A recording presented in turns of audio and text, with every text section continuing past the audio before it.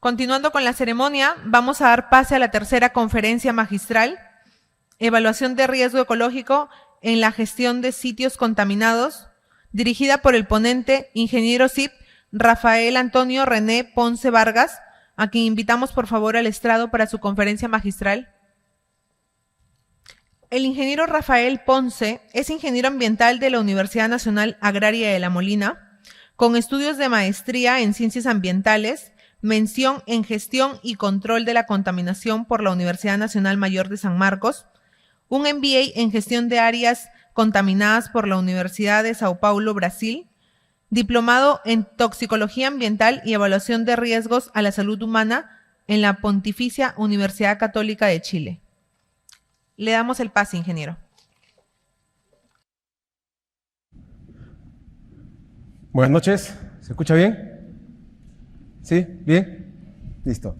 Bien, bueno, ante todo es un honor para mí estar aquí compartiendo con todos los miembros del Colegio de Ingenieros, con aquellas personas que también nos visitan, ingenieros ambientales de otras especialidades. El día de hoy, el tema que traigo es justamente algo que me apasiona particularmente dentro de la gestión de sitios contaminados. Vamos a hablar de evaluaciones de riesgo. Comúnmente nos referimos, cuando hacemos una evaluación de riesgo, lo vamos a ver en adelante, a la salud humana, que es uno de los principales criterios y generalmente es el primero por el cual se toman decisiones. Quiero que me digan qué es lo que ven acá. Así, directamente, lluvia de ideas. No sean tímidos, no sean tímidos, vamos. Derrames, ¿qué más? Sitios contaminados, correcto. Realmente, catástrofes, sí, accidentes, pasivos. El común que tiene esto es que nosotros le llamamos sitios contaminados. ¿Pero qué cosa es un sitio contaminado? Un sitio contaminado es aquel que representa un riesgo para la salud o para el ambiente, ¿correcto? Entonces, si tenemos un sitio contaminado, ¿qué es lo que tenemos que hacer? Ahí dice. Tenemos que remediar. No necesariamente. Calma. Primero, nosotros hacemos una primera comparación que es contra los estándares de calidad ambiental. ¿Qué es lo que comúnmente se hace? Un sitio contaminado, vamos, sacamos una muestra, ¿sí? Suelos, sedimentos, agua, y lo que hacemos es directamente decir, oye, aquí se están excediendo los estándares de calidad ambiental. Pero el hecho que se excedan los estándares de calidad ambiental significa que ya haya que remediar. No. Y eso sí tenemos que tenerlo bastante claro. Por lo general hay un entendimiento de que cuando se exceden los ECAs en suelos, estándares referenciales en sedimentos, lo que corresponde es, hay que ir a hacer un proyecto de remediación. No es así. Entonces ahí lo que tenemos que hacer es parar la pelota y seguir con evaluaciones adicionales. Una de estas evaluaciones, además de una investigación más detallada, es justamente una evaluación de riesgos a la salud y al ambiente. Bien, está en la ley, está reglamentado, hay una guía, y si luego de hacer esa evaluación de riesgos a la salud y al ambiente tenemos de que existe efectivamente un riesgo inaceptable, ya procedemos a acciones de remediación. ¿Sí? Bien. Todo este preámbulo, ¿con qué finalidad tenemos? Ese estudio, la evaluación de riesgos a la salud y al ambiente, tiene dos componentes principales. Analizar cuáles son los efectos sobre la salud humana de un sitio contaminado. Bien, porque nosotros si vamos a remediar un sitio no es porque me parece que el suelo está feo, me parece que el suelo está negro, no me gusta. No, realmente ¿por qué lo hacemos? Porque esos contaminantes que están presentes en el suelo, en sedimentos, en el agua superficial, en el agua subterránea, tienen la potencialidad de poder causar un daño a la salud humana o a otros receptores ecológicos. ¿Sí? Dos estudios. No sé si dos señala. No señala. Ay, no fui. Dos estudios. Uno es salud humana y el otro es riesgo ecológico. Bien. Riesgo a la salud humana. Súper sencillo. ¿Cuántas especies humanas hay? Y la piensan todavía. No, hay una especie humana, ¿no? Algunos parecen que no, pero hay una sola especie humana. Entonces, ¿qué podemos prever? Que los efectos de algún contaminante van a ser constantes para el ser humano. Nos vamos al otro lado. Tenemos que hacer un estudio de riesgo ecológico. ¿Cuántas especies podríamos pensar que hay de flora, de fauna? ¿Se nos vuelve más fácil o no? No, para nada. Entonces ahí viene esta ciencia o este proceder, esta metodología de evaluar riesgos ecológicos. Bien, 3 partes muy rápidas. Formulación del problema. Esto quiere decir, tenemos que entender a qué me enfrento, ¿no? ¿Qué es lo que quiero resolver? Lo segundo, análisis de la exposición y análisis de los efectos que tiene esa exposición de contaminantes sobre algunas especies. Y finalmente, caracterizar el riesgo. Cuando nos centramos en la primera parte, es decir, en la evaluación del problema o la formulación del problema, básicamente, ¿qué cosa es? Entender primero mi alcance. Nuevamente, si imaginamos que tenemos un proyecto donde Cari nos comentaba, en Arequipa, hablaba de una zona bastante, con bastante sensibilidad ambiental. ¿Cuántas especies de animales podríamos encontrar en un ecosistema del sur del Perú? 4, 17. ¿Quién da más? No, la verdad es que podemos seguir contando y andar de filum en filum, bajar hasta subespecies, ¿sí? Y finalmente tenemos muchísimas. Por eso que tenemos que centrarnos y pensar dónde nos vamos a enfocar. Y ahí vamos a la primera parte, identificar cuáles son las sustancias químicas de interés. Porque podemos tener un sitio que está contaminado o un sitio que está afectado por metales pesados. No sé, tiene cadmio, plomo, arsénico, además hubo un pequeño derrame de hidrocarburos. Entonces todo eso nos lleva a pensar, a ver, ¿en qué me voy a enfocar? Porque recordemos que lo que tenemos que calcular acá son los efectos de cada contaminante sobre cada especie. Entonces, lo primero que toca hacer es decir, a ver, ¿cuáles son realmente los contaminantes problema? Y para eso hay toda una ciencia atrás que, como ya también se mencionó, no vamos a entrar a detalles, pero por ejemplo, podemos establecer, bien, tenemos muestras, exceden los secas. A ver, todas las muestras exceden los secas. Saqué 20 muestras, una excedencia en plomo. ¿El plomo será un problema? No, tal vez, no sé, hay que estudiarlo. Saqué 20 muestras y tengo 19 muestras que exceden los ECA para arsénico. ¿El arsénico será un problema? Por lo menos tiene mayor probabilidad que el plomo de ser un problema en este sitio particular que les cuento. Bien, y ahí ya lo que estamos haciendo nosotros es dirigiendo hacia dónde va a ser, cuáles van a ser mis sustancias químicas de interés. Lo siguiente es establecer los límites de mi estudio. Tengo un evento, un sitio contaminado allá, ¿sí? Establecer cuáles son las rutas por las cuales este sitio contaminado puede liberar nuevamente contaminantes y se van por escorrentía superficial a través del agua o por dispersión de material particulado y llegan a otras zonas. Tengo que entender cuáles son las rutas de migración de contaminantes para saber hasta quién le puede haber llegado un determinado, hasta qué especie puede haber llegado un determinado contaminante. Luego viene, bueno, ya tengo cuáles son mis contaminantes, ¿sí? Cuáles son los contaminantes o las sustancias químicas de interés. Ahora, ¿qué especies son las que voy a tomar en consideración? Lo que nos dice la guía de evaluación de riesgos a la salud y al ambiente es que tenemos que establecer cuáles son las especies críticas. Aquellas especies que son de interés económico, ecológico o que tienen alguna categoría de protección, ¿sí? Legislación nacional, legislación extranjera.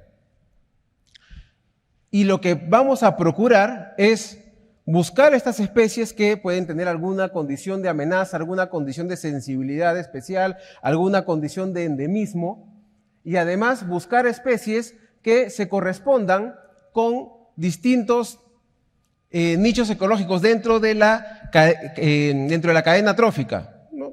Aquellos que son granívoros, herbívoros, aquellos que son carnívoros, omnívoros, descomponedores, buscar alguna especie representativa, porque eso nos va a ayudar finalmente a defender o a proteger un ecosistema a través de la protección de la cadena trófica. ¿Bien?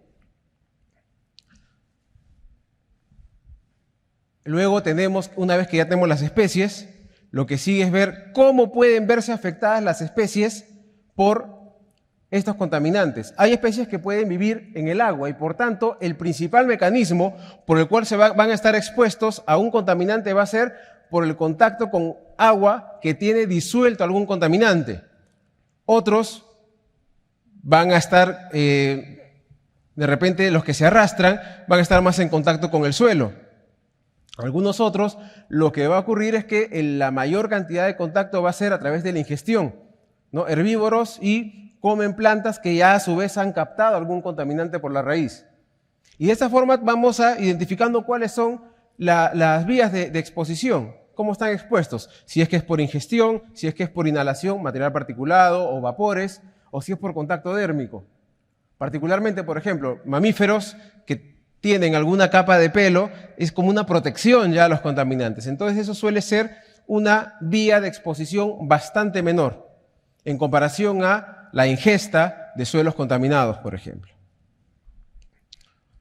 Entonces, finalmente, lo que ocurre es que empiezo a hacer todas las relaciones que pueden haber en un determinado ecosistema de estas especies que encontré, especies principales, ¿no? Algún ratón de campo, un zorro andino, una rana, vegetación, porque tenemos que completar, digamos, todas las rutas en las que pueden intervenir, ¿no?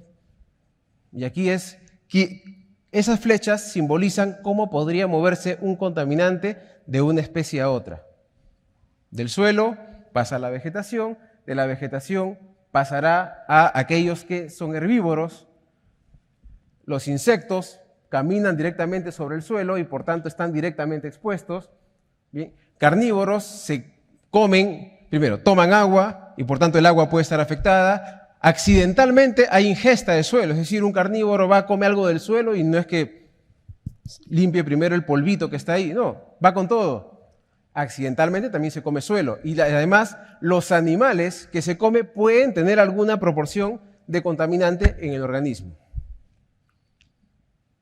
Y ahora toca la parte de cuantificar esa exposición. Entonces, ¿qué es lo que nosotros vamos a hacer aquí? Tratar de entender cuál es la concentración que pueden tener todos estos animales o todas las plantas que están, o peces también, que están dentro de un área contaminada, para ver primero cuál sería su rol dentro de la cadena trófica y también cómo ellos se ven afectados por el hecho de estar en contacto con un contaminante. Medios de exposición: suelo, agua, sedimentos. Y lo que tenemos que buscar y lo que tenemos que tratar de encontrar, porque finalmente es cuál es la máxima que decía Paracelso cuando hablaba de venenos. Decía, el veneno no está en la composición, el veneno está en la dosis.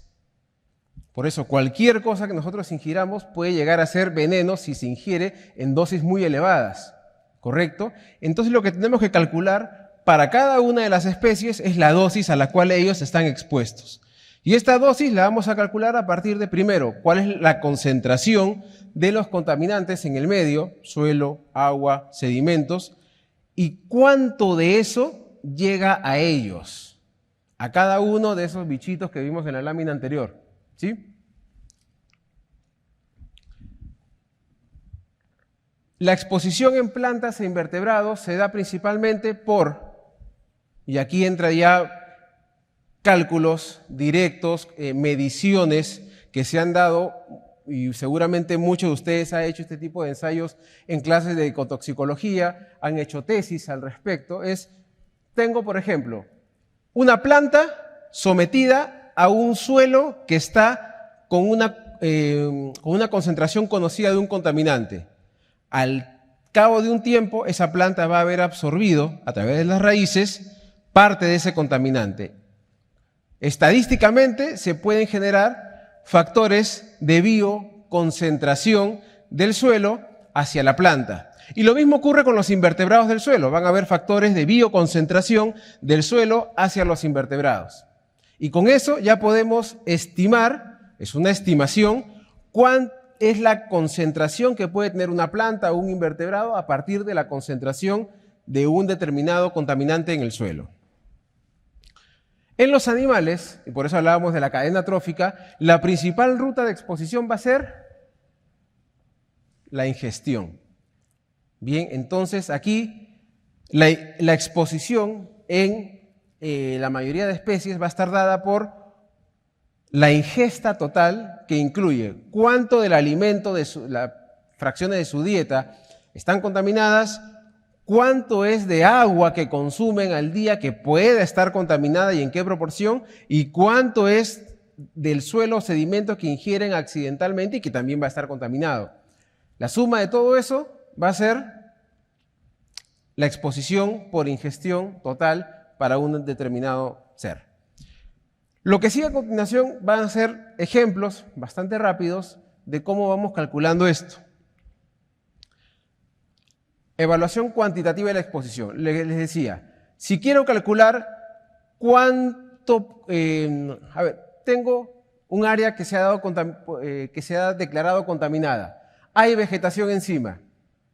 ¿Qué es lo que procedemos a hacer? ¿Cómo sé cuánto tiene esa vegetación de concentración? Bueno, hay dos formas, ¿sí? La primera es lo que les comentaba, ¿no? Directamente, hay literatura de factores de bioconcentración del suelo hacia la planta para cada tipo de contaminante, ¿bien? Y voy a poder calcular cuál es la concentración de una planta.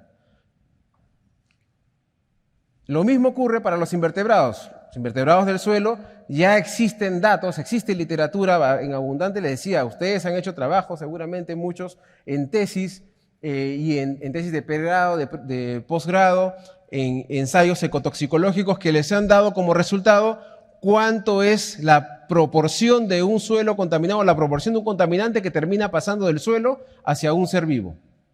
Bien, esos son los factores de bioconcentración. Y nos ayudan a predecir cuál puede ser la concentración en la planta, cuál puede ser la concentración en los invertebrados. Por ejemplo, tenemos 90 miligramos por kilogramo de masa seca de cromo en suelo. Bien. Los factores de bioconcentración del suelo para la planta y del suelo para los invertebrados están ahí, ¿no? Mira, acá tengo una pantallita. Factores de bioconcentración del suelo para la planta, 0.0075. Factores de bioconcentración del suelo para los invertebrados, 0.22. Ya está, ¿no? Ya podemos predecir cuál es la concentración que va a tener esas plantas y cuál es la concentración que va a tener esos invertebrados que están en contacto con el área contaminada. Listo. Bien, y ese es un primer punto, ¿por qué? Porque de aquí, otra vez, vamos a ese gráfico, ese mamarracho de flechas que veíamos hace unas láminas atrás, en la cual muchos de las concentraciones que ingerían varios de los bichitos que veíamos ahí tienen que ver con quién se comía plantas, quién comía invertebrados. Entonces ya sabemos cuáles son las concentraciones predecibles que están en las plantas y que están en los invertebrados. Lo que sigue ya vamos a... Ese bichito. Todos le gustan los ratones, ¿no? Son bonitos. ¿Nadie tiene miedo a los ratones? No, perfecto. Son hermosos. Vamos a calcular la concentración en un ratón silvestre. Asumimos que el ratón solamente come plantas, o sea, come frutas, digamos, vegetales. Entonces vamos a asumir que la fracción de la dieta del ratón está compuesta 100% por vegetales. Además, por supuesto, toma agua y además lo que le decía, va a ingerir suelo. Por tanto, la concentración, vamos a primero calcular cuál es la concentración que podemos predecir que termine en el tejido de ese ratón. Va a ser la concentración de la planta por el factor de bioconcentración de la planta para el ratón. ¿Sí? Ahí ya vemos que hay factores de bioconcentración de plantas hacia diversos tipos de especies. Esto también ha sido desarrollado. Hay pocos trabajos acá, hay muchos trabajos afuera y hay compendios de datos que señalan cuáles son estadísticamente los factores de concentración para roedores, factores de bioconcentración para mamíferos medianos, factores de bioconcentración para reptiles, factores de bioconcentración para aves que están en contacto con el agua, para aves terrestres, ave terrestre, sí. Son datos que ya existen en la literatura. Entonces nosotros tomamos un factor de bioconcentración de plantas y de invertebrados hacia el ratón. Y con eso calculamos, asumiendo que toda la dieta del ratón son vegetales, vamos a tener que, con estos datos, concentración en la planta, ya la teníamos de la lámina anterior, factor de bioconcentración, que está en naranja,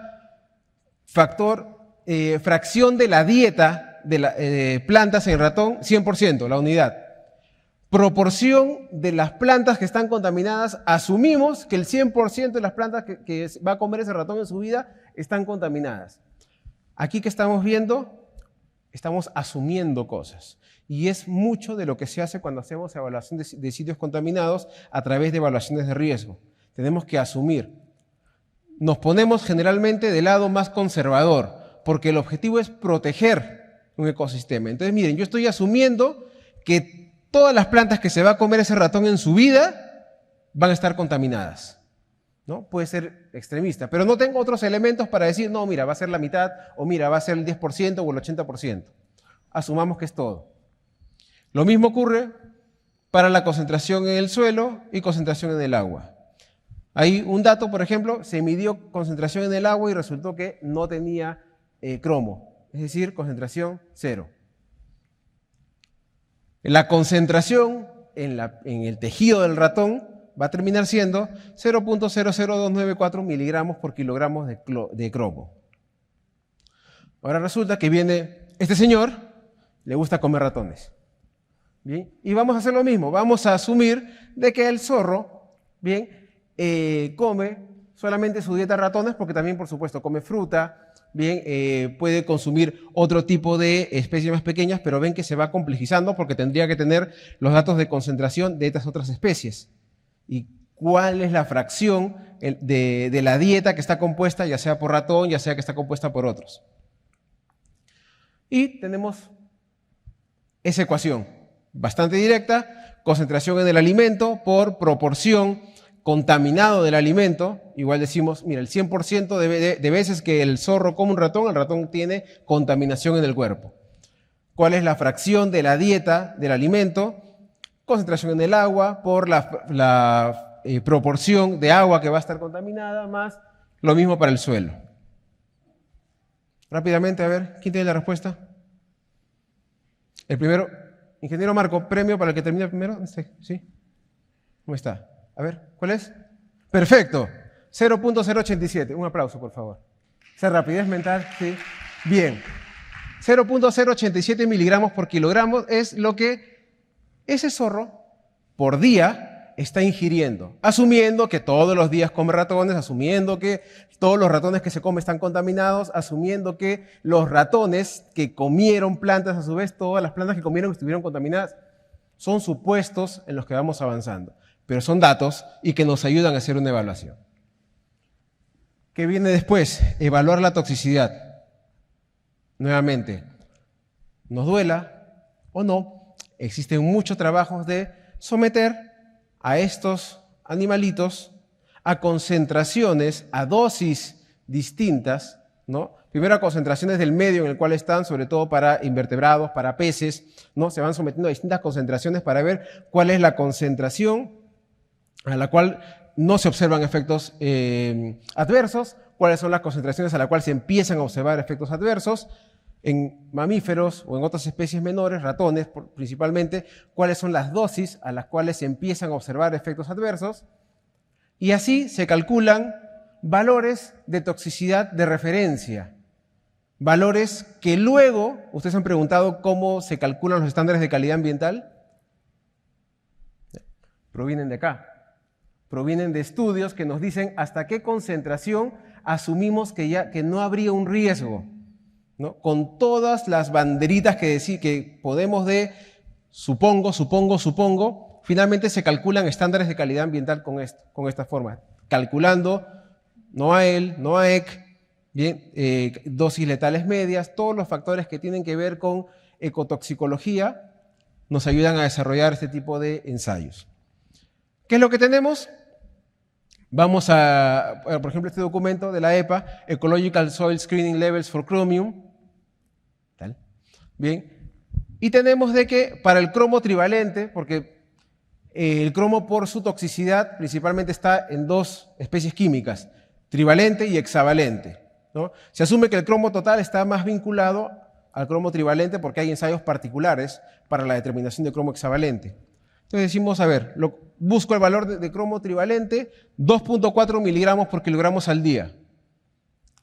Ese es el valor de toxicidad de referencia que me da la literatura. Quiere decir que si alguno de mis animalitos que yo calculo ingiere más de eso,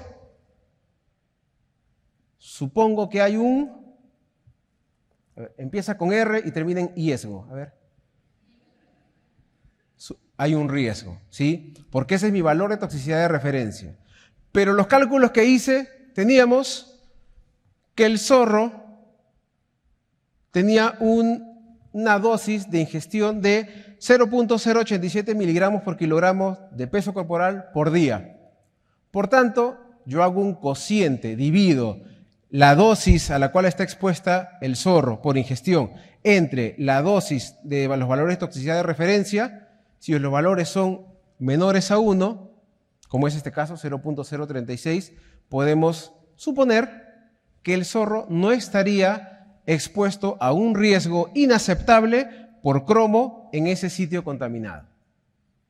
Bien, pero hemos hecho este cálculo y muy velozmente para solamente el ratoncito que formaba parte de la dieta del zorro, cuando el zorro come mucho más cosas, y hemos hecho el cálculo solamente para el zorro. Pero vimos que habían muchas otras especies. Bueno, ahí viene el trabajo. Es un trabajo bastante denso y es una de las formas de hacerlo también.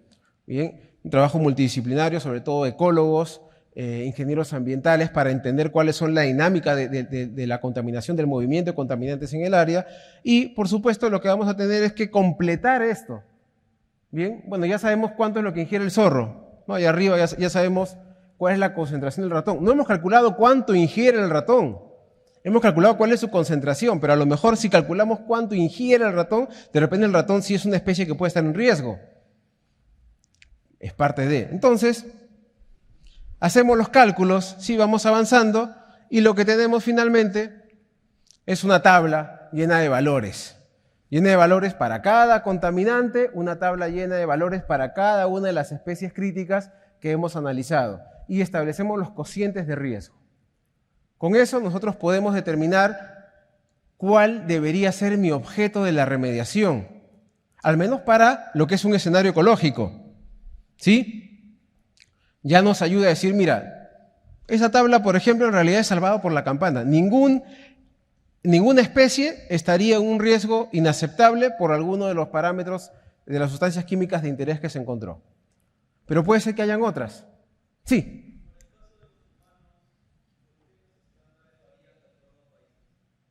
Bien. Solamente es la especie humana. Entonces, ¿qué es lo que tenemos? A ver, por ejemplo, esperanza de vida distinta, depende de las regiones. Hay poblaciones, si bien somos una única especie, pero hay poblaciones que genéticamente están más expuestas a determinadas enfermedades que otras. Y ahí estamos entrando en otro campo, que es el de cómo afectan contaminantes, no es el tema, pero como digo, me apasiona.